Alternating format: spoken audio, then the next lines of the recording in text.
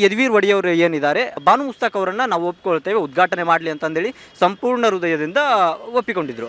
ಆದರೆ ಈಗ ಅವರ ಸ್ಟೇಟ್ಮೆಂಟ್ಗಳು ಕೂಡ ಅಲ್ಪ ಸ್ವಲ್ಪ ಬದಲಾಗ್ತಾ ಇದೆ. ಏನಾಗಿದೆ, ಯದುವೀರ್ ಅವರು ಫಸ್ಟು ಸ್ಟೇಟ್ಮೆಂಟ್ ಕೊಟ್ಟಾಗ ಜನ ಸ್ವಲ್ಪ ಆಕ್ರೋಶ ವ್ಯಕ್ತಪಡಿಸಿದ್ರು. ಈಗ ಅವ್ರ ಮೇಲೆ ಪೊಲಿಟಿಕಲ್ ಪ್ರೆಷರ್ ಜಾಸ್ತಿ ಬೀಳ್ತಾ ಇದೆ. ಈಗ ಪ್ರೆಷರ್ ಜಾಸ್ತಿ ಆದ ತಕ್ಷಣ ಏನು ಮಾಡ್ತಾರೆ, ಇವರು ಸ್ವಲ್ಪ ಹಿಂದೆ ಸರಿತಾ ಇದ್ದಾರೆ. ಇದು ತಪ್ಪದು. ಅವ್ರೇನು ಕ್ಲಾರಿಫಿಕೇಶನ್ ಕೇಳಬೇಕು, ಬಾನು ಮುಸ್ತಾಕ್ ಅವರು ನೇರ ಕೇಳಲಿ. ಅವ್ರನ್ನೇ ಕೇಳಿ, ಜನಗಳು ಬಿಡೋದು ಬೇಡ. ಇದು ನೇರ ಬಾನು ಮುಸ್ತಾಕ್ ಅವ್ರನ್ನೇ ಕೇಳಿ, ಚರ್ಚೆ ಮಾಡಿ ಡಿಬೇಟ್ ಮಾಡಲಿ. ಇನ್ನೂ ಟೈಮ್ ಇದೆ. ಅವ್ರಿಗೇನು ಆನ್ಸರ್ ಕೊಡ್ತಾರೆ ಅದ್ರ ಮೇಲೆ ಚರ್ಚೆ ಮಾಡಲಿ. ಅದು ಬಿಟ್ಟು ಇವರು ಈಗ ಅವ್ರ ಮೇಲೆ ಒತ್ತಡ ಬಂದಿದೆ. ನಮ್ಮ ಪ್ರಕಾರ ಅವ್ರ ಮೇಲೆ ಕೆಲವು ಸಂಘಟನೆಗಳು, ಹಿಂದೂಪರ ಸಂಘಟನೆಗಳು, RSS ಇರ್ಬೋದು, ಬೇರೆ ಇರ್ಬೋದು, ಒತ್ತಡ ತಂದಿರ್ಬೋದು. ನೀವು ಸ್ಟೇಟ್ಮೆಂಟ್ ಕೊಟ್ಟಿದ್ದು ತಪ್ಪು ಅಂತ ಅವ್ರ ಒತ್ತಡ ತಂದಿರ್ಬೋದು. ಆ ಸ್ಟೇಟ್ಮೆಂಟ್ ಪ್ರಕಾರ ಇವರು ಒತ್ತಡದ ಮೇಲೆ ಸ್ವಲ್ಪ ಹಿಂದೆ ಸರಿರ್ಬೋದು.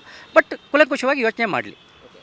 ಇದ್ರ ಜೊತೆಗೆ ಇನ್ನೊಂದು ಏನಂತಂದು ಹೇಳಿದರೆ, ಹಿಂದೂ ಜಾಗರಣ ವೇದಿಕೆಯು ಮೈಸೂರಿನ DC ಅವರಿಗೆ ಈ ಆಮಂತ್ರಣವನ್ನು ಹಿಂಪಡಿಬೇಕು ಅಂತಂದೇಳಿ ಅರ್ಜಿಯನ್ನು ಕೊಟ್ಟಿದ್ದಾರೆ, ಮನವಿಯನ್ನು ಕೊಟ್ಟಿದ್ದಾರೆ ಮೈಸೂರು DC ಅವ್ರಿಗೆ.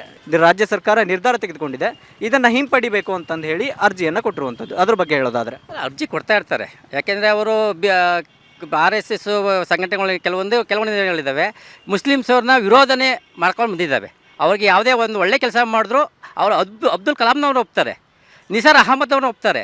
ಆದರೆ ಈಗ ಬುಕರ್ ಪ್ರಶಸ್ತಿ ತಂದ ಹೆಣ್ಮಕ್ಳನ್ನ ಒಪ್ಪೋದಿಲ್ಲ. ಯಾಕೆಂದರೆ ಅದು ತಾರತಮ್ಯ ಇದೆ. ಅಬ್ದುಲ್ ಕಲಾಂ ಅವರು ಎಂಥ ವ್ಯಕ್ತಿ, ನಿಸಾರ್ ಅಹಮದ್ ಉದ್ಘಾಟನೆ ಮಾಡಿಲ್ವಾ?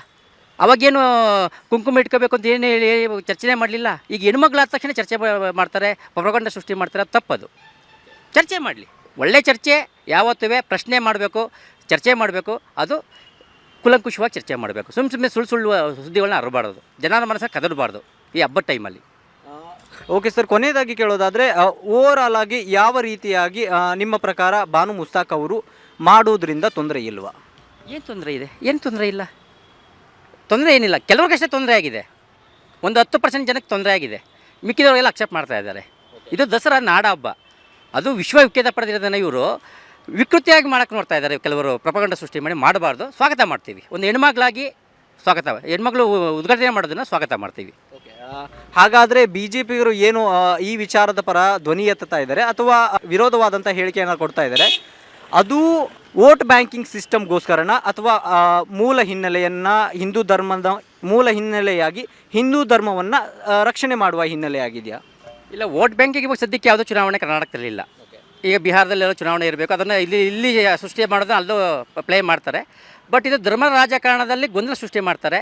ಈಗ ಇವರು ಕಾಂಗ್ರೆಸ್ ಅವರೆಲ್ಲ ಮುಸ್ಲಿಮ್ಸ್ ಪರ ಅಂತ ಒಂದು ಗೊಂದಲ ಸೃಷ್ಟಿ ಮಾಡಿ ಜನರ ಮನಸ್ಸನ್ನು ಕದಡ್ತಾನೆ ಇರ್ತಾರೆ. BJPಲಿ ಜನರ ಮನಸ್ಸಿನ ಮೇಲೆ ಒಂಥರ ವೈರಸ್ ಥರ ದಾಳಿ ಮಾಡ್ತಾ ಇದ್ದಾರೆ ಇವರು. ಮನುಷ್ಯ ಯಾವತ್ತೂ ನೆಮ್ಮದಿಯಾಗಿರಬಾರ್ದು. ಅವರ ಪ್ರಕಾರ ಕೆಲವರು ಜನಗಳು ನೆಮ್ಮದಿಯಾಗಿರಬಾರ್ದು. ಒಂದಲ್ಲ ಒಂದು ವಿಷಯದಲ್ಲಿ ಜನ ಚರ್ಚೆ ಮಾಡಬೇಕು, ಆ ಥರ ಗೊಂದಲ ಸೃಷ್ಟಿ ಮಾಡ್ತಾ ಇದ್ದಾರೆ. ಅದು ಮಾಡಬಾರ್ದು.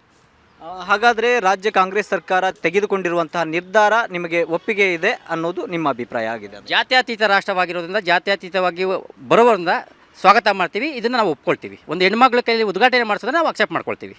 ನಮ್ಮ ವಿಜಯವಾಹಿನಿ ನ್ಯೂಸ್ ಚಾನೆಲ್ನಲ್ಲಿ ಪ್ರಮೋಷನ್, ಜಾಹೀರಾತು, ಅಡ್ವರ್ಟೈಸ್ಮೆಂಟ್ ನೀಡಲು ಸಂಪರ್ಕಿಸಿ 9535808456.